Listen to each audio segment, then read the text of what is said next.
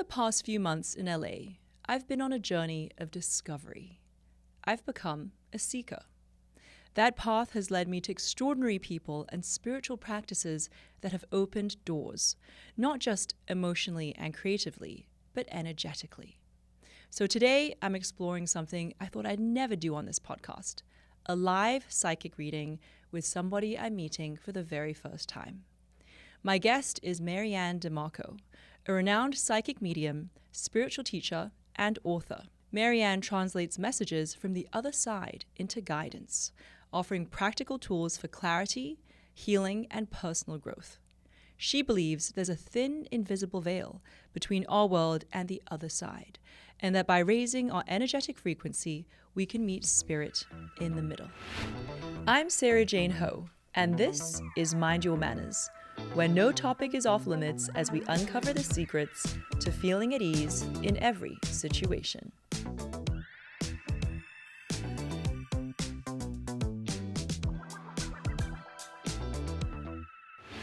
Let's get into it. MaryAnn, what are you picking up from me right now? Oh, immediately, like right out of the Yes. gate. Well, it's interesting. You know, it depends on who I'm reading, and that's how I get started. Mm-hmm. And in this particular case, it all comes down to energy immediately. They're focusing immediately on how differently you've been carrying yourself, the different voice you've been finding within who you are, and how you're choosing to express that has become unique and authentic to you. And that is something that you've been working on for about the past year and a half. And that change, that shift, that ripple effect, not only comes from a deep personal ancestral growth that you've been incorporating into your life, but it's something about getting your feet planted and finally feeling rooted in who you truly are and expressing that voice, obviously, on a global scale.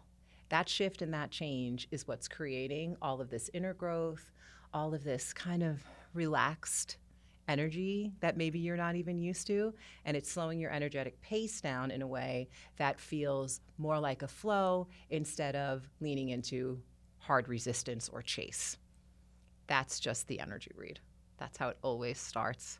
Actually, not always, but some people, it's all about the choices that you're making, how you're looking at things, the perception that you're choosing. Those types of things are causing this really beautiful ripple effect in your life that is not creating big waves, but actually creating flat calms. And within that flat calm is where you're finding this new clarity within your life. It's really quite beautiful to see. Can I just say, wow. I mean, when Kelsey told me we had to have you on this pod, Kelsey being my producer, for listeners out there, you've all known and seen Kelsey and heard Kelsey, I was like, yeah, this is my vibe right now. And from your reading, I'm really very impressed. Oh, I mean, thank you. Yeah, like we just dropped an episode on how I went through an abortion. Okay. And that was like the most vulnerable thing I've ever done in my life. And you'll find that within this book, it might resonate with you in my own vulnerability and the stories that I share. There's something about leaning into that vulnerability for you that frees you. And Completely. the more you're doing this, the more your dreams are becoming more clear for yourself, the more you are experiencing really who you truly are for the first time in your life this year.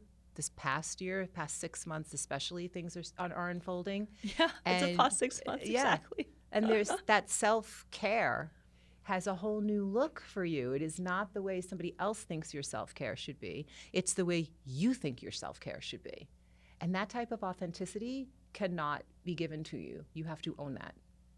And the fact that you are starting to say yes to that is what is causing this wonderful shift within yourself, which, by the way, can feel uncomfortable sometimes. So allow it.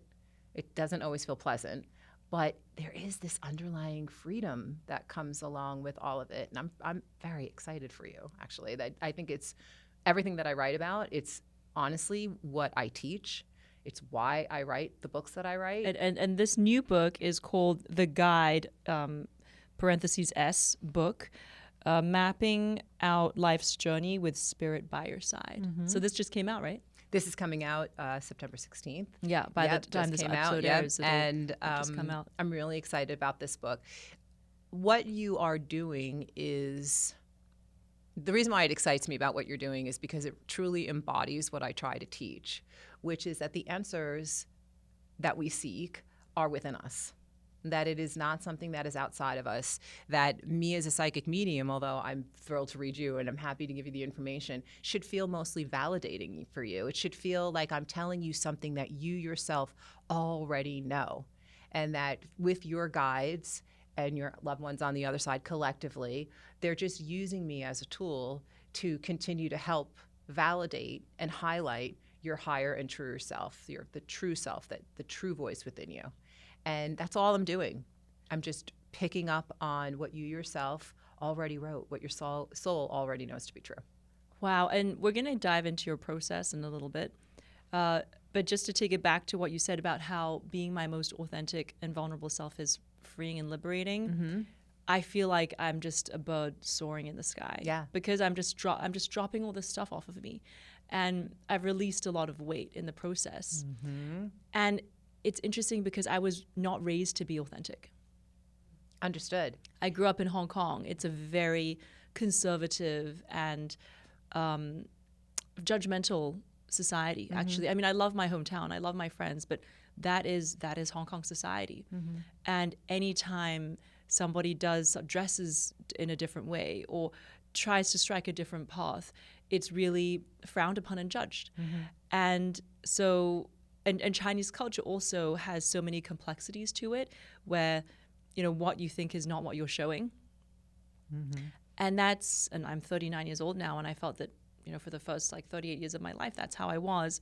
And you're right, it really started mostly 6 months ago, that I'm just I don't care.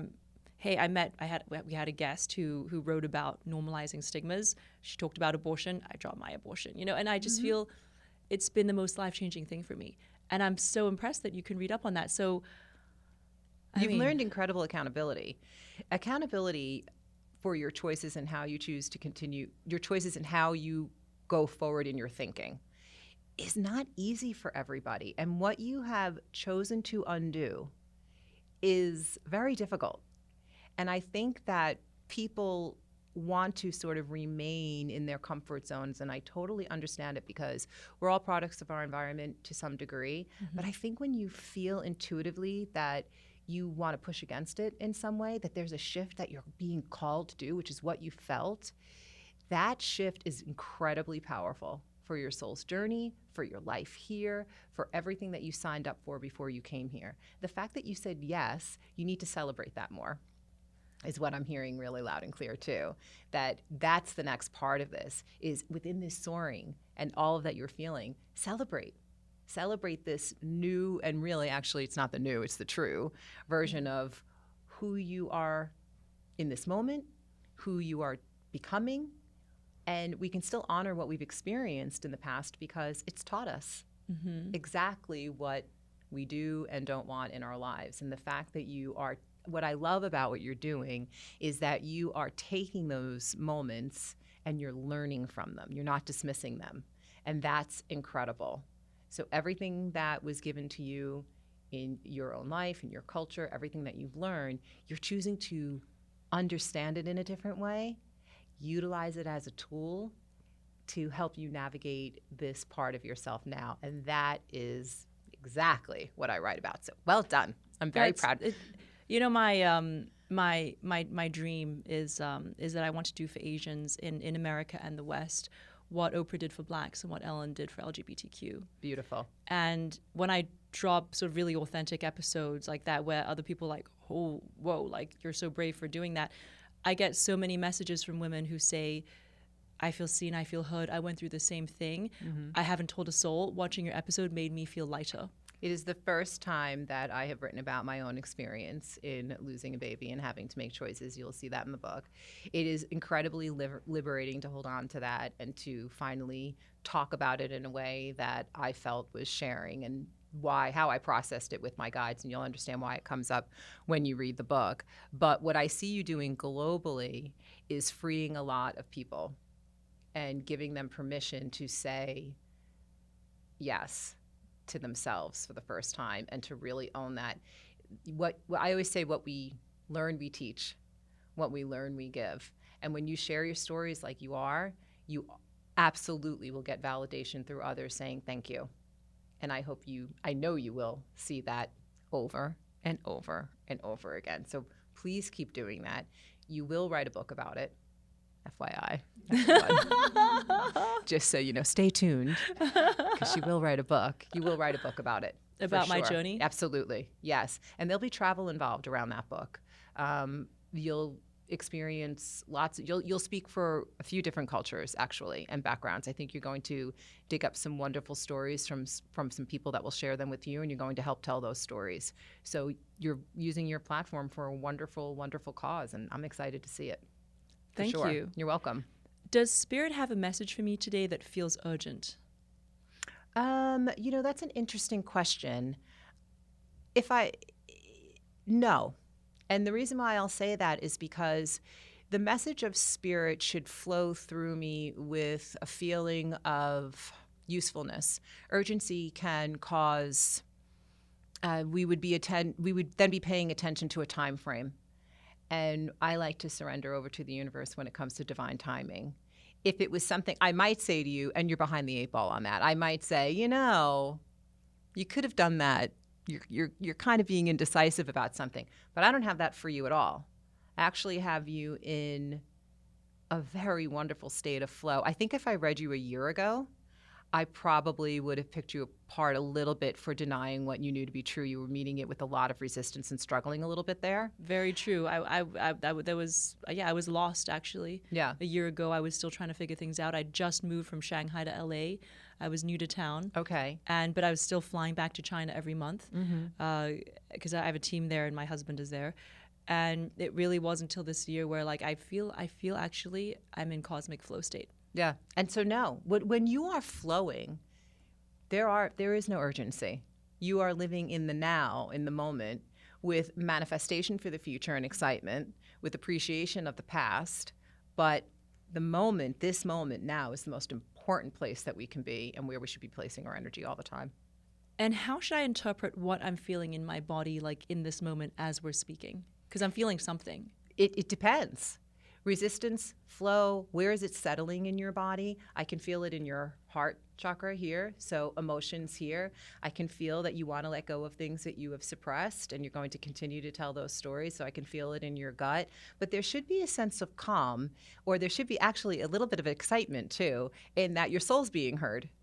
So the fact that I'm just, again, picking up on the story, and your soul's excited about that, your guides and your loved ones are excited about that, I always feel a little excited if I am getting information from somebody that's psychic or intuitive, and they're just validating what I know to be true. Are you saying happy. I'm intuitive? You are intuitive. We're all intuitive. We're all psychic.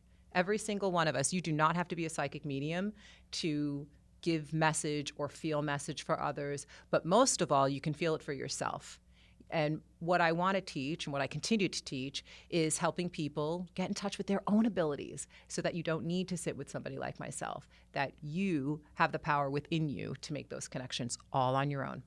And something that because I've been doing a lot of spiritual work for the past 6 months, before when I thought about starting a business or doing something, I would feel like I had to survey 100 people. I'd go around and ask a lot of people, what do you think? What do you think? What do you think? What do you think?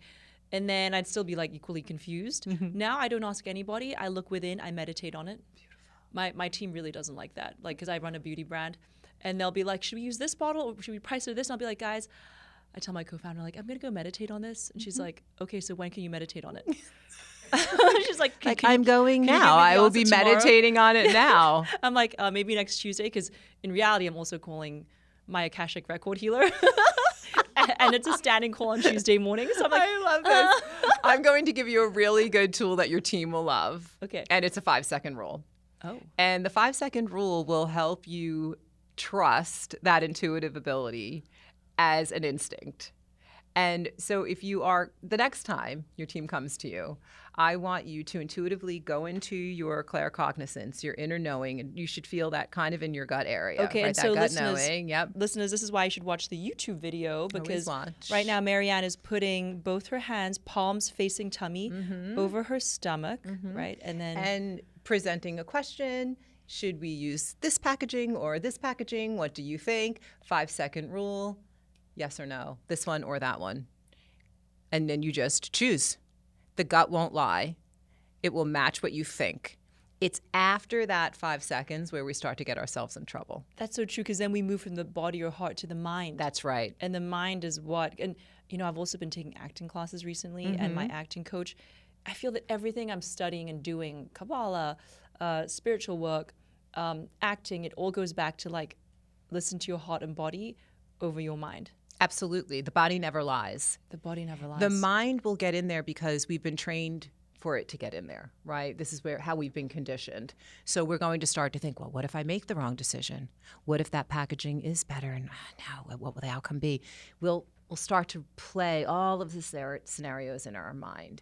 If you do that 5-second, and then you go and you meditate, and you speak with your Akashic record healer, and you start to holotropic breathing. You do all of the things. You use all of the tools. All it's going to do is validate what you heard in that 5 seconds. Yeah, It because is. your heart wants you to win, and your mind wants you to fail. Yeah, Right. well, So by overthinking and etc. So, question: going back to this 5-second thing, should I be doing deep inhalations at the same time, or I don't even need to? whatever style works for you. Okay. So I always tell people what I write about and how I do my practice are suggestions. What I highly recommend, though, is that you pay attention to things that feel authentic to your style. That if deep breathing or tapping or meditating or listening to some sort of beta waves, whatever it is, if that's your jam, then do that. If taking a walk or listening to music or just, checking out for a little while in silence is your thing, do that.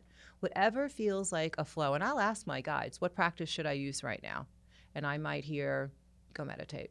And Go so take a when you 5-minute say walk. guides, for our listeners out there, some of who this is very new to, you're saying spirit guides, right? Yes, Ascended Masters, Universal Team.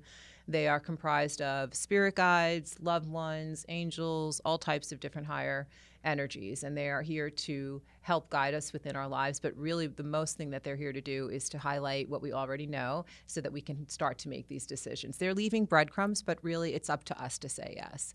And I want to say one thing. The mind wants to protect you. And so that's why the fear comes out. That's why the doubt comes up. It wants to protect those parts of ourselves that may have experienced disappointment in the past. It wants to keep us safe. And we have to sort of understand where that comes from. That's why I love the work that you've done. That's why it makes me really excited, because you've gotten to the bottom and you're continuing to do that, of who gave this to you in the first place. How did this start? And how is it no longer serving you? So when these parts come up, we can pay attention to that and then get to work with it more productively. Yeah, I also do feel like it was a different stage of my life, like almost the first 38, 39 years, or maybe at least the first 30 years, I had to use so much of my mind to get ahead, to be in my masculine, to go to kind of like to go to the schools that my parents wanted me to go to do the, investment banking analyst in New York City and blah, blah, blah. And now I've come to a place where like, okay, I feel very confident about where I am in my masculine side and in my mind, but I want to go further. And I realized I was hitting a ceiling and it wasn't enough. And that's when actually my friend, who I now call my soul sister, her name is Sara Jane Ho, she introduced me to like spiritual work because she was doing so much of it. And then literally 1 week we were together and I had a question about my career and she was like, well, we should go on a journey together. You should do a journey. And I was like, huh. And that just unlocked everything. It's beautiful, because what you're saying is nothing's wasted. Yeah, nothing's wasted. Nothing's wasted if you choose to see it that way. Wonderful. So what was your first memory of connecting to spirit, and how did your family react? Well, my mom was and still is very open to spirituality. She was taking me to meditation classes when I was about 5 and 6 years old. And so I think my first memory would be me chanting and oming in a meditation class, trying to see my third eye. How old were you? I was probably about 6. Wow. Yeah. You talk about being ahead of the game. I couldn't see it, though. I had no idea. I was really struggling to see it. So I think then was my first experience with learning about ascended masters, and that they were clearly seeking something, and I wanted to know what that was. And I felt that energy in that room. That's probably one of my first memories. Even though you couldn't technically open your third eye, but you could feel... Yeah, I felt the energy of everyone chanting at the same time was really extraordinary. It was very lulling powerful, and right? powerful at the same time. Yes, and it was just something that always stuck with me, and I think it's a core memory to leading me to the work that I do now. But what does it feel like when you say you felt the energy? Like, is it in a rush in your body? Do you get cold? Do you get clammy? Do you feel a high? It feels familiar, is the best way that I can describe it. Like a warm fuzzy? Like a warmth, yeah, like home. In your tummy? In everywhere. Your whole body? My whole body. Well, is it that you're being bathed in a golden yes, being bathed in an energy that feels loving, loving, and like I've known it my whole life. That my soul has known it before I've even come here. That's what it feels like. I'm so in my element when I am opening up to spirit and reading and working with them that it just feels second nature to me. And so even from that first moment when you were 6 years old, it felt safe. It didn't feel confusing. It or didn't. Scary. Not until I was a teenager. Not until I questioned and started thinking, well, this is weird. People are going to think this is odd. I grew up in an Italian-American household and in Long Island. On Long Island, yeah. And everybody was, receiving communion in little white dresses and all the things. Right. And I wasn't doing any of that. And so I started to think that I was very much out of place when I got, little later into my elementary years and into junior high. And I just thought, I don't want to be weird. I don't want to be different. So I started to question it and kind of push against it, but always knew I was psychic. I wouldn't push against that part. I always knew that. Well, and why were you not doing communion? Because Italians are very Catholic. Was it your mother's choice? My mother's choice, yes. Oh, so she was already pushing against the grain. Mm-hmm. And I guess that's the difference between religion and spirituality, right? Yes, it is. I didn't become a Catholic until later on because I wanted to have normalcy. I craved that structure. And when I had children, I wanted them to have the structure that I lacked. So I started to I wound up sending them to Catholic school, and I realized that if I was asking them to walk the walk, that I needed to. So it wasn't until my mid-30s that I started to practice Catholicism. What it did was it just returned me and gave me some structure and a practice and returned me to a higher power. That's really what it is. It was very divine. I fully believe that. And even though I don't consider myself, practicing Catholic now, if I didn't start that way at that moment, at that time, I divorced soon after that. My life became very chaotic. We were experiencing deep grief. My father-in-law had passed and my children were in deep grief. And so it was very purposeful. But I wound up in the hands of this beautiful spiritual leader, Pat Longo, who has since passed. She's a spiritual healer. Any particular religion, or she's more sort of She spiritual? was, I think she would consider herself a Catholic. Okay. And I started working with her and then realized that all of the uncomfortable feelings as a child, seeking the conformity, but returning at least to a higher power as I became an adult, and then I wound up in her hands, all of that led me to this moment. At that moment to open up to my psychic abilities. And when you describe this moment, do you still feel it's still very wedded to religion or not? No, for me, it is, it's paired with higher power, higher knowing, source. My language has very much changed about it all, but I still have a tremendous amount of faith. I pray all the time. So there are elements of every religion that I like to incorporate into my life, actually. And I always tell people, take what resonates with you most and allow that to be part of your practice. And so, sometimes I feel called to sit in a church and sit in peace and pray. I love it. Yeah. But the point of religion was originally to find the divine in yourself. Absolutely. And I think that for a lot of people, they kind of lost that ultimate goal. And they go, I have a friend now who something happened in his life and now he's turning to religion. And I'm trying to show him there's actually a difference between religion and spirituality. If religion can take you to spirituality, that's beautiful. Mm-hmm. But it's important to know the difference and what and how they're the same as well. Agreed. I think if it's serving you in some way and it feels natural, and like I said, and it feels like it's something that's serving you in that moment, if you can pay attention to just the moment now, the answers will be given to you. You will be able to follow the next steps. Yeah. And how did you come to trust your intuition as something to share with others and not just keep private, right? Because when you're sharing it, I mean, that's also very vulnerable. It was really vulnerable. I don't think I could have helped myself, honestly. I had so many people starting to ask me to read them, and then those conversations turned into, can you teach me how to do this? So I just trusted that my guides were going to show me exactly what I needed to do with my abilities at any given time, and I still do. Whatever they show me, I promise them I'll say yes if it's within my boundaries and within something that feels good. I always say yes. And because you train hundreds of people a year now, right? I do, yes. To unlock their own psychic ability. In Chinese culture, we have feng shui, and we have feng shui masters. I wonder, I'm trying to think, I think some have psychic abilities, some don't. But they do say that in feng shui, a feng shui master, when they tell you something, it's revealing secrets of the heavens, and it actually chips away at their own soul or their own energy in some way. Is that the same for being a psychic? You mean how much energy I give out when I read? Yeah. Yes, you have to learn how to very much protect your energy and replenish. I learned early on that I couldn't read everyone all the time, all day long, because, it's exciting when you first get started. Yeah, you want to do everything. Yes, of course. You want to help all these people. But you have to remember that spirit is working through you. When I learned that it is not working from me, that helped me very much. And so when I channel now, I'm respectful to my own energy. And I'm also very aware that I'm being asked to do this, that they are utilizing me as a conduit and a tool, and that just like any other tool, it is my responsibility to take care of that.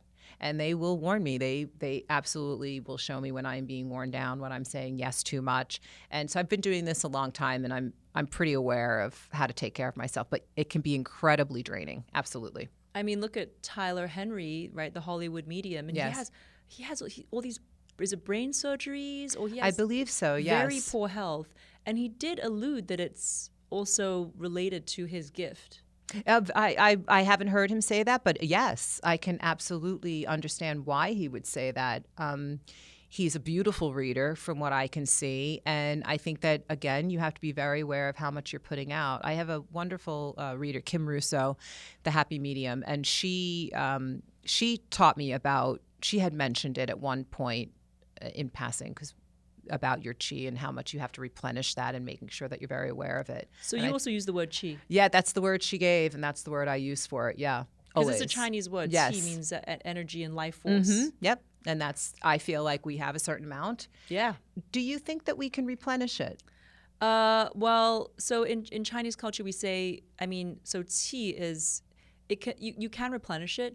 It can also be taken. Okay. And so even things just like sitting quiet alone helps you with your qi. Great. Doing tai chi, doing qi gong, that helps create qi.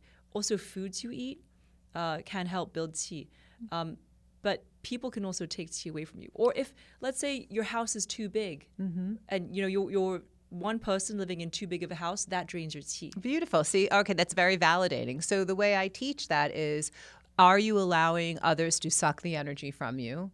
Are you doing due diligence and having good spiritual hygiene in that you are taking care of your body, your mind, your soul, practicing your spirituality consistently and safely, in that you're protecting yourself. And for the highest good. And for the highest good, right? and greatest good of all concerned. Yes, all of that. What does meeting spirit in the middle really mean? And can anyone do it? Anyone can do this. This is actually should free. I hope anyone who's getting into spirituality, I hope this sort of frees you up a little bit. We hear this term, raise your vibration, all the time. Yes. This is like running a marathon. Okay, so if we sustain, I'm raising my hands if you all are listening. If you are up here all the time, this is running a marathon. This is where we visit. We don't reside here. So we go up there as needed. Right. Meditation. Breath work, positive thinking, manifesting. Plant-based medicine, maybe? Yes, Psilocybin? absolutely. Yes, absolutely. Mushrooms? We're visiting, right? We are visiting here. But we want to remember that we are earthly and that this plane is incredibly important. Allow the energy sometimes to come and meet you. Right? That's why we're called mediums, because we meet in the middle. Oh, But is that why we're James called Van mediums? Prague taught me that many years ago. Wait, so because you meet in the middle between like sort of the heavens or it's an energetic plane. Yeah, between the high energetic plane. Exactly. And the humanly. So they're gracious enough to maybe lower themselves just a little bit. And then if we raise ourselves a little bit, we can make this connection here. But when we're doing it for ourselves, when we are looking to have that inner channeling, please just visit this higher vibration. You're still upbeat and you're still at a high vibration, but on an earthly level. Practice it here mostly. Okay. So important. And then we can all become mediums as long as we meet spirit in the middle. For yourself, absolutely you can. You can connect with your loved ones anytime you want. If you are called to be a medium and you want to read for somebody else, learn the proper way to do that. I wrote Medium Mentor for that. That was the book before this one. Okay, I'll check out that book. Yeah, you check that one out. I'm a little scared, but I mean, Yeah, well, this will teach you to not be afraid. So like if you wanted to, you have a great-grandmother on your mother's side of the family, right? Mm-hmm. So my grandma's mom. Mm-hmm. So if you wanted to connect with her, I do. Are you seeing something? I am. Is she channeling something? Right yes. Now? So if you wanted to meet with her, you can create a scene in meditation that's very familiar to the two of you. She does have some sort of running water or like body of water next to you, by the way. So again, this could be your own creation, whatever it is. But I like water around the two of you. She also helps me hear wind chimes or some sort of a chime like this. So again, create it however it looks and then go and meet her. Create a seating area and have a chat. Wow. Yeah, it's a good one. Does it ever get noisy for you? I mean, you can hear so many things and you're channeling so much stuff. Is it like white noise or is it like everything's coming at you? Not anymore. It used to. Before I learned how to turn it on and turn it off, it was very loud, especially when I first opened up. It was like just constant. And then when I learned how to work with it and control it and, set my boundaries, now they know to leave me alone when I'm not working, please. Wow. Okay, what are some of the signs that spirit is trying to connect with us, but we're missing them? I think repetitive themes is a great thing to pay attention to. So recurring numbers are a real thing? Recurring numbers, yes. You can ask for signs and create signs. It's a wonderful thing to do. But one of my favorite things to do is, they're not trying to be cryptic. So if they're coming to you and let's say you wanted to start a new health regimen, for argument's sake, and you keep here. Actually, I'm going to scratch that because they wanted me to channel it for you. So this book idea. Right? Oh, you mean my future book? Yes, your book, right? I love it. Listeners, get ready for my future book. So you start thinking about something pops into your head of, maybe I'll write a book. Yeah, I do want to write another book. You're writing, it's coming. Okay. Okay, hands down. And you start to think about this book and you're thinking, I would love to write a book that would help people free themselves from, cultural binds that are affecting their lives in the present moment, right? Okay, so you start to think about this. And then someone comes to you and says, I wish there was more information out there that can free me from what my family has taught me and what I feel like I need to let go of. And you're like, oh, I was just thinking about writing a book like that. Yeah. And then you go online and you're, looking at your news feed and something comes up about the exact plot that you're thinking about writing about, all of the information. That repetitive information coming at you where you just can't get away from it is them. And that's I think my favorite way that because they're show-offs. And that is my favorite way that they show off. I love that way. Makes me very happy. Yeah, because it's obvious. And then you have to be like, wow, all right, this is not a coincidence. They are really banging me over the head. Let me pay attention to this and do something about it. Yes. So, okay, so I'm hearing recurring things. Yes. Whether it's recurring numbers or recurring like signals. Yeah, information through others, information through the environment around us. I think that's my favorite. And yes, you can ask for signs and symbols. You can find validation, of course, through meditation if you want to call upon your guides and have conversation with them. There's so many different ways, but I think the recurring themes is my favorite. I was in Beijing last month, and I treated a friend to lunch at the Rosewood Hotel, and the bill came, and we were talking about a business idea, and for the future, it's going to happen. And I paid for the bill, and the bill came, and it was 666.00. And I mean, I know it is a sign of the devil in some religions, but because Chinese, we believe in numerology, and 6 means easiness, ease. It means that something will come easily and be successful. And there's even a phrase called, because 6 is liu, and they say liu liu liu is a sign of like, yeah, like this is going to be great. It's going to be so easy. It's going to be like a success. Fantastic. Do you see? They're not trying to be cryptic. So when you look at that, everyone, and it's that obvious, don't say no. Don't try to explain it away. By the way, that business will have 2 parts to it. Oh, you can tell? Yeah. It's not a media or entertainment related Nope, business. it's not. It's a completely different thing. It has 2 parts to it. Huh. Like China onshore and offshore, maybe? Well, we'll find out. Maybe I'll give you a call when the time arrives. Yeah. I don't want to say too much, but Okay, we can talk it'll have off 2 camera. parts, maybe even 3. Let me write this down. I'm going to journal this today. Okay. So, so much to ask you. Ooh. Okay, so what kind of questions do you think should be brought to a psychic? Oh, that's very good. I think when you sit down with a psychic, save your questions until the end. And allow the psychic to get there first. Many people come to me and they say, I have so many questions. And I'll say, well, why don't you save them and let's see what spirit has to say first. Try not to hold on to the questions because then you're fixated. But let spirit tell you what they feel like you need to hear first. And 9 out of 10 times when I used to do readings, they would say, you answered all my questions. So write them down, have them with you, but maybe wait until the end and see what spirit has to say. I think that's more validating than saying it first out of the gate. Yeah. I mean, for my weekly standing call with my Akashic record healer, she opens and she just gets hit by all the energy and the sages, and she'll be like, they're showing me these signs. It's this, you're ascending to this, that you're bathed in white light, you're wearing this, and it means this. And that takes up like a half hour. Yeah. And I'm like, okay, well, we have a 1-hour session. I have questions. With my mentor students, sometimes because I'm meeting with them in a different way, I think when I'm working with them, if I see question marks over their head, I'll let them get their questions out you like first. actually see Yeah, it? yeah. I'll start to see it, and then I'll say, oh, you have so many questions today. And they'll say yes, and so I let them ask first. Which is also quite different from feng shui, because with feng shui, you usually go because, okay, so people go to a feng shui master for 2 reasons, either because they just broke up with their partner, or they're in a crisis, well, actually 3 reasons, or there's a work crisis. Okay. So they were just fired from their job, or like there's company politics, or they just lost a big deal, or health issue. Like somebody just got diagnosed with something. Yeah. With psychic readings, let's take the mediumship out of it. When early on, I would write sometimes love, money, relationships, work. And then I knew that person wants that type of reading.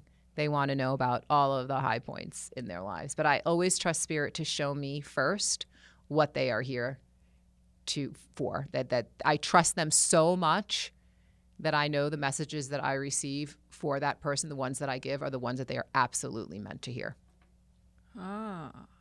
And what are the different clairs, right? There's like clairvoyant, clair this, clair that. Are you all of them? And how do you know which one to lead with? Because I'm hearing you say you see question marks. I do. You hear voices. I see, hear, feel, taste, smell. My favorite clair, the claircognizance that we spoke about. So I encourage people. Wait, claircognizance is which one? That inner knowing that you just in your tummy. Oh yes, it's your my gut. favorite It's your gut. one. The gut never lies. It's my favorite clair. But I always tell people who are getting into this type of work for themselves, especially, open yourselves up to using all of the senses, because some people struggle to see the eye see, their clairvoyancy, or they're struggling to hear something. And I want people to let go of all of that and let spirit show you how you receive message. And it might feel like something very natural. So if you are struggling to hear, but you're a wonderful list maker in life, that's your personality. If you're a person who struggles to see or hear something, why don't you just start making a list? If you're a list maker, start with things that are in your personality to make that connection. So you can ask, what's my next step with my job? And then you can start to channel the list of how that's going to look or the choices that you should make. And then allow your senses to develop in a way that's psychic. But using all the senses to start is a way to go, because everybody's different. It's a hard question to answer that way more specifically, because everyone's so different. Well, I guess also if you need to use all your senses, it means that they shouldn't be blocked, right? Because when I think about, like, in Chinese, when we talk about qi, it's about, you want qi to move freely through you. And anytime there's illness or it's because there's stagnation or an imbalance and your qi can't move through you. Do you see like the same thing with being spiritually sensitive or raising your frequency? Yes. Where like you can't have unblocked, I don't know whether it's chakras or what is it? The chakras, it depends. So like you had said before when we were talking about connecting with your loved ones on the other side, you said, well, I might be afraid, right? That might scare me a little bit. Yeah. So that's going to cause a bit of a block. Oh. And so now you can say, okay, I can see my fear. So if I ask you now, where do you feel that fear in your body?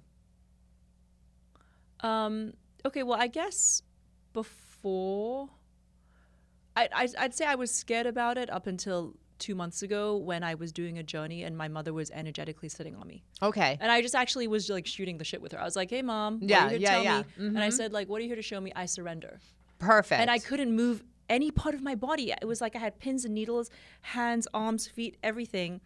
And my healer's assistant was watching over me. And I was like, look, I can't move my body. My mother's sitting on me. And I'm sure she was just like, I was like, look, I can't. And then my mother like showed me a series of things in my journey. And as soon as I said, I burst into tears because it was a release. And I said, Mom, thank you so much for showing me. Like, I'm finally ready to, do such and such because of what you've showed me. And she lifted off. It's beautiful. And I literally could move again. And I again called out to my healer's assistant. I was like, look, now I can move my body again. It's very symbolic, So everything that they do has symbolism behind it. They're utilizing our frame of reference. They're allowing us to feel certain things for interpretation. So if your mom was showing you the weight of her, the weight on you, or the weight maybe of her way of thinking, right? And then you're saying, I am surrendering over to this. And I never usually say stuff like that. I was like, Mom, what are you here to show me? I surrender. I don't, that's not in my like normal She lifted. Yeah. She said, take this off of you. Yes. Do you see the interpretation? So she's showing you clairsentience, clairalience, all of it. You're feeling everything. This is coming off of you. And you're saying yes to that. And then you can move into these beautiful spaces of gratitude.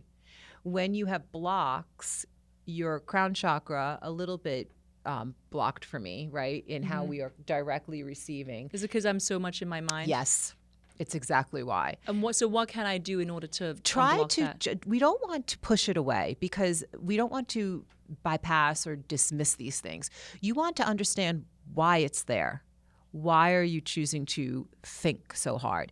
Is it part of your personality? Great. We don't want to reinvent the wheel. Lovely, right? But we want to see how can you make it work as a superpower for yourself? How can you change that up energetically so that it starts to work in your favor? So if you create and you're constantly thinking, we want to say, I'm constantly creating. I am well within my manifestation zone here. And that my mind is my superpower to not only creating and manifesting, but expanding myself even into higher realms. So it sounds like what I should do if I have a blockage there is to give myself a mantra.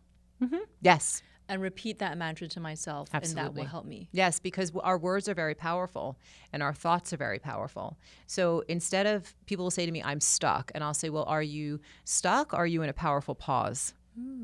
Are you not hearing things, or are you sitting within silence ready to receive? It's all how we look at things and how we speak about them that can release blocks like that. It's just how we're thinking about. I'm a powerful, powerful thinker. Yeah. And I'm ready to utilize that thinking in my spiritual space so that I can hear and proceed with more clarity. Thank you. Thank you for allowing my mind to be so brilliant. Thank you. And you start owning it in a different way. And then all of a sudden, the speckles shift right out of the crown chakra. And you're starting to think differently about it all. All right, I have a new mantra for myself. Yeah. Do you use tools? For example, tarot card readers have tarot cards. A lot of people use crystals. Do you have tools at all? Sometimes I talk about how to use tools. I like a good crystal every so often for absorption. I always wind up giving them away. Which one is it? The Selenite. White one? Oh yes, selenite. I like to have in my pocket sometimes. It's always a good one. Wait, why do you have it in your pocket? It's great for absorption of energy. Of negative energy? Just like we were talking about, not me allowing it to be so, everybody's energy be so absorbed into my body. I like it sometimes because if I'm reading a very big crowd and when I'm teaching, I have a tendency to keep selenite in my pocket. I think it just gives me great balance and good absorption. I think I need to buy a pocket-sized selenite. I love keeping. I like amethyst ones. for you, actually. Yes, and actually, so my healer told me that. So I have a bigger amethyst and a little amethyst in my home. Keep one a little in your pocket. Well, you know what? Because for my feminine care brand, Antivorta, we sell on QVC. Oh, okay. And just last Friday, I went back on QVC and I had my little amethyst and I had my lapis in my pocket. Perfect. I actually didn't really prepare because I was so crazy busy. I barely prepared for that on-air presentation. And I personally feel like I didn't perform as well compared to my previous on-air presentation. Mm-hmm. But we oversold. So you did just great. I'm sure it was lovely and wonderful. And so I was explaining to my husband, I was like, it's because I had my amethyst and my lapis That's in my pocket. right. Obviously, you had some tools in there. Yeah. Whatever you feel called to. I smudge, so I'll use Palo Santo or some sage sometimes. Really depends just on what I'm feeling called to use and do. Most of the time, if I'm really super channeling one-on-one, I'm a scribbler. I write out as I read, because it helps me filter out the human mind. Well, in China, at temples, we have, I guess they're also mediums or psychics. There's a sandbox, and they have a little piece of wood that they're dragging through the sandbox based on the question you ask them, and so they draw a little picture thing, and that's your answer, and then they like translate it into Chinese characters for you. That's your answer. Ooh, I love that. Yeah, I think it helps. A lot of psychics scribble and draw, and I think it's just helping us filter out, because when I'm reading, I am asking my spiritual body to step forward, and I'm asking my mental and physical and emotional bodies to step to the side as frame of reference. And so I think it helps keep them occupied while I'm busy, while my spiritual body's busy. I recently came across a beautiful quote, and it was actually, I was watching Oprah Winfrey's podcast, and she had a gentleman on it, and he said there are only two things that awaken your soul: great love or great suffering. What's your take on that? Well, I agree. I agree too. Yeah. When I've been through just like the hardest of breakups. I think so. I think you have to choose to see it that way, though. I think you have to be very aware, even in suffering. I think it's easier in love to say, oh, wow, I'm so awake. But I think in suffering, that is a very tough choice for some people to see it that way. And my hope for people in those situations is that they can see the pinpoint of light that's being shown to them, that they can somehow find that awakening within that chaos. It's sometimes difficult, but I agree with that, actually. I do. Yeah. Like when I think of when I was 21 years old, my mother passed, and that was a very dark period of my life, but there was so much introspection and self-reflection and looking for the meaning of things, like why did she die? What messages is she trying to send me? And that was a little spurt of spiritual growth for me because it awakened my soul. And same thing with, with great love. I mean, what is a golden mirror soulmate? Because you hear about soul contracts and twin flames. Yeah. How does that play in on the love side? Oh, my goodness. Well, I think we have a lot of contracts with a lot of people. And I think that we create timelines based on these contracts, based on our thoughts and our free will, so that when we talk about soulmates and twin flames and all of the things, we might come across several in our lifetime. And it's just how we choose to look at them. Can you describe each one? The soulmates? Yeah, so soulmates, twin flames. They're all the same to me. We travel in soul packs. We have a tendency to be with the same people that we have been with lifetime after lifetime. Right, so many, good, bad, or many indifferent, lives. many lifetimes. I believe that. We play different roles, and we teach each other different things. Sometimes we have unfinished business with certain people. But I think sometimes you can see a stranger on a train in a fleeting moment and have a soul connection with that person. I think that we are extraordinary human beings, and that our soul connection is far closer and deeper than people give us credit for. I truly believe that there is a rhyme or reason behind all of this, and that if we can start to look at the relationships around us as lessons, or we allow a deeper understanding, or we allow our empathetic selves to lead the way, that we can truly understand not only deeper parts of ourselves, but what we came here to sign on with other people. And I find it fascinating, but I've done plenty of past life readings and have seen contracts come up. I have my own with certain people. Some I want to go in and renegotiate, and I have, and others I'm resigned to, and I'm happy to have it.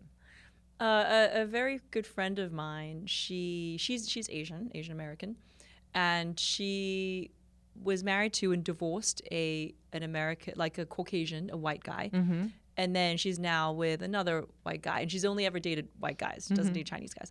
And she asked her psychic what it was about, and her psychic told her that in her past life, so her first husband in her past life, she was actually like captive on a boat, and he was he was lording over the boat, and because he was the colonialist, whatever. And thus in this life, they both came back in this life.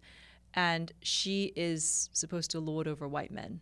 Oh, wow, that is powerful. And she still, in some ways, lords over her ex-husband. It's very interesting. My mother used to talk to me about past lives when I was little, and I really wanted no part of it because I thought, why do I care who I was, And as I started to do this work, then I understood that if you can get yourself a good past life reading and do a past life meditation, I highly recommend it.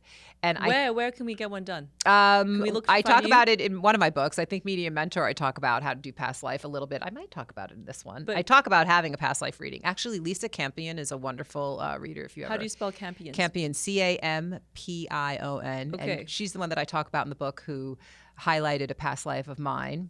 And I love doing past life readings. But this. And you could do a meditation, just, go on a streamer and stream a past life meditation. Oh, that exists? You so we can go do that. To Spotify, oh, yes. YouTube? Just Google past life reading and find one that works for you. Wow. And then should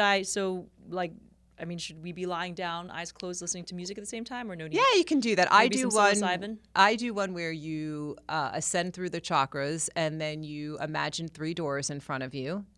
And then you choose which door with a guide or a loved one, and that guide will take you, and you can go into a past life. And I like the number 3. I always have. It's about, I don't know, for me, it's about a lot of balance. And I go into a past life, and usually the past life pertains to something that you are experiencing now. And it's really fascinating. I read this one woman, and I did a past life on her. She had a long sleeve shirt on. And I was seeing her in a cabin. There was a wolf there. There was a running stream. And I was channeling this whole past life for her. And she's staring at me like I'm crazy.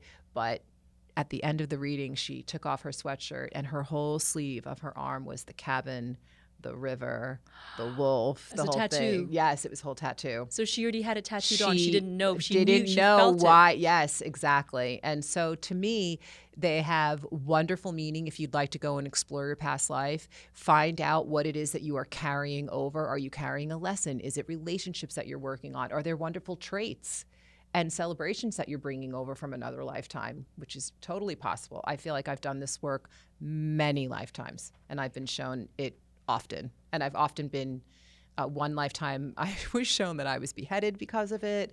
I probably burned at some stake, at some point. So this morning, my healer told me that in my past life, which was within 100 years ago, I was stabbed.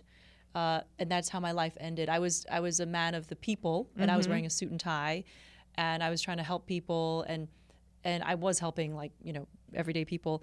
And then I was stabbed in my top left, just above my rib I'm going to cage. freak you out right now. Tell me. So I write in the book about this past life. I was working on scarcity and issues with money in this life, and I was stabbed right here in that same spot. Oh my gosh. And I actually did a meditation. I dreamt about it. And then when I went to this reader, Lisa, she told me, there's something right here. She pointed exactly to the spot of why I was feeling it there, and gave me the whole story, right about the story as to why I was seeing all of what I was seeing when it came to money. That makes both of us. Maybe we were there in the same life. Maybe we were there together. Yeah, I know. Maybe we were there together. When you talk about past lives and you mentioned the number 3, it made me think of something we have in Chinese culture called your 3 lives book. And in Cantonese, it's called Sam Sai Shu. So it's you actually go to somebody and they're a reader, and they will write out what you were in your past life, what you are in this life, and what you'll be in your next life. And my dad actually had it done when he was a teenager back in like the 60s in Hong Kong. He said he lost it, but he said he used to be a Buddhist monk in his previous life, which I completely see because my dad has like very calming, like Zen qualities to him. Mm-hmm. And it is fascinating. Like it's... So for the book, I channeled for me an exercise for the Akashic Records. And I channeled a meditation where you go into your library and you pull out your past book. Wait, are you talking about me or are you talking about... Okay, in the guide's book. Okay. I do this meditation where you go to the Akashic Records and you pull out your past book, your present book, and your future book. And can I do that with my Akashic reader? It depends on their style, but this was given to me by my guide, so this is how I do it. But you could do it on your own. In a meditation? Absolutely. Create your library. Ask your librarian to come in because you can create a library for your records, everyone. And you go in and you ask them, can you please pull out my past book, my present, my future? People might say, why do we want to look at the past? Well, if they show you the past book, then maybe you're looking on reflection and tools that you can apply to your now. Yeah. If you are looking at the now, they're saying to you, this is your main focus. This is the most important moment, as always. And then if they're looking at your future, they're saying to you, go on and manifest. Have fun. Look what we have waiting for you. Yes. Mm-hmm. So going back to the soulmate thing, I mean, let's talk about that. Like, because you said twin flame, soulmate, soul connections, they're all the same thing. I mean, for me.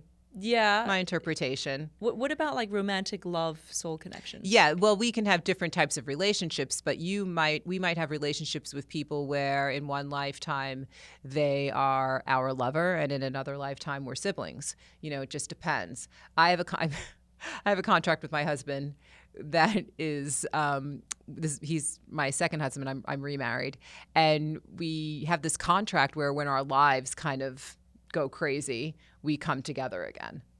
I don't really care for that contract, so I went in with my guides and I'm like, can we maybe change this up a little bit? I don't know why we have to wait so long to sort of be together, and so I renegotiated that. To me, if you want to know about contracts with people, you can put 3 names: who affected your life in a positive way and who is affecting your life in a more challenging way. And you can go into a past life reading. So you put 3 for each? 3 for each. Okay. Yep. And then when you go into your past life reading or regression, if you're being walked through it or you're doing it in a meditation, have those names with you and allow that person to be presented to you. I have a friend of mine, we're very close. I mother her constantly, though. And I did a past life reading, and there she was. She was my daughter. In a past life? In a past life, absolutely. What about in love? In love, you could do the same thing. You can explore lovers that you've had. You can explore present relationships. You're married, correct? I'm married. Right? So you and your husband choose each other often. He has been your protector many times, but you have since changed that contract a bit, where within the next 2 lifetimes, including this lifetime, you step to the forefront and you are protecting him. And you will continue to make these shifts between each other. You've always almost come across as being siblings at one point, but you both changed that contract up because you choose this same lover contract over and over and over again. So my husband and I were lovers many times. Many times. Many times. Mm-hmm. And what about... because, you have relationships where, okay, you date, but then you have some that are so deep, they really cut you to the core. Yes. And where when you even just lay eyes on each other, you feel like lightning strikes you and you know each other's soul so deeply and so intimately. Like, what is that a golden mirror soul contract? I think it depends on, I would have to read the person. I really think it's up for interpretation. I have to be honest, because I think that you can have my daughter and I and my son, we're deeply, deeply connected. I'm their mom. Obviously, they're my children, and I love them so much. And I have seen past lives with them that have been quite tragic, but I've always been their mother. And I think that there's something undeniable about what that feels like. So I would say to anyone, call it whatever you want, honestly. Mm-hmm. Do I categorize them all the time with labels? Not so much. What I try to do is investigate, and I get really curious about what these contracts look like, because they bring me to points of understanding of what we may be experiencing in the relationship in this moment and why. So if you're going to go down a rabbit hole, I go down the story probably before I discern what the contract is. So for me, it's a blanket soul contract. How I break that down is given to me by my guides. Oh, you're so lucky you can hear everything your guides say. You can too? Yeah, I got to work on that. What else I want to say about soul contracts? Oh, so when you mentioned that if there's unfinished business, then we meet each other again in the next life. I think so. But then once we complete that business, does that mean our souls don't see each other again in the life after that? Depends on the soul. I mean, I've had relationships that have ended in my life that I feel were absolutely contractual and they were meant to end. And then I have parts of relationships that have found resolve or celebrated or reconnecting in some way that I also feel are contractual and have gone on most of my life. So it just depends on what the contract is bringing to the forefront. And you have to remember, too, we have timelines. And so timelines can change a lot up as well based on what we're manifesting in our life. So is that timelines plus free will? I think, I think our free will can really help shape those timelines and how we think. So if you believe in parallel lives and things like that, I mean, we might have different scenarios going on at the same time. That might be a whole other pod day. Well, I do, because I'm studying Kabbalah under David Guillaume, who is a guest on this podcast. And he talks about how there are multiple movies of our life where the same actors come into your life, but depending on your consciousness and your vibration and frequency and your free will, you choose which movie you want to be in. So it's the same actors, but you can be in a better movie where, like, your life is better and the person's better to you, or, it's more beautiful. But it's up to you. It's up to us, right? So I started learning about timelines through my guides a couple of years ago because I kept having repetitive dreams about timelines where I made a different decision than I did in my life, whether it was a relationship or work or whatever it was. And what I was realizing that in the dream, I all of a sudden feel everything that I felt if I hadn't made that decision. None of that went away. So I still felt insecurity. I still felt fear. I felt people pleasing, whatever it was. And in the middle of the dream, I would realize, wait, where is my life now? And I started to search for the life that I had chosen now, this life now. And I started to get curious about it with my guides, and they were saying to me, we're trying to teach you about timelines and show you timelines, that there are parallel universes going on. And that if you choose to explore those, you can really understand your decision making. And to your point, you could start to manifest and merge some of the best parts of your soul's journey. Yeah, because when you elevate your own soul, then you elevate the souls of people around you. I totally agree. Yes, beautiful. Okay, so guys, check out MaryAnn DiMarco's new book. It's called The Guides Book, Mapping Out Life's Journey with Spirit by Your Side. By the time this episode airs, it will already be out and available. You can also pre-order it on Amazon.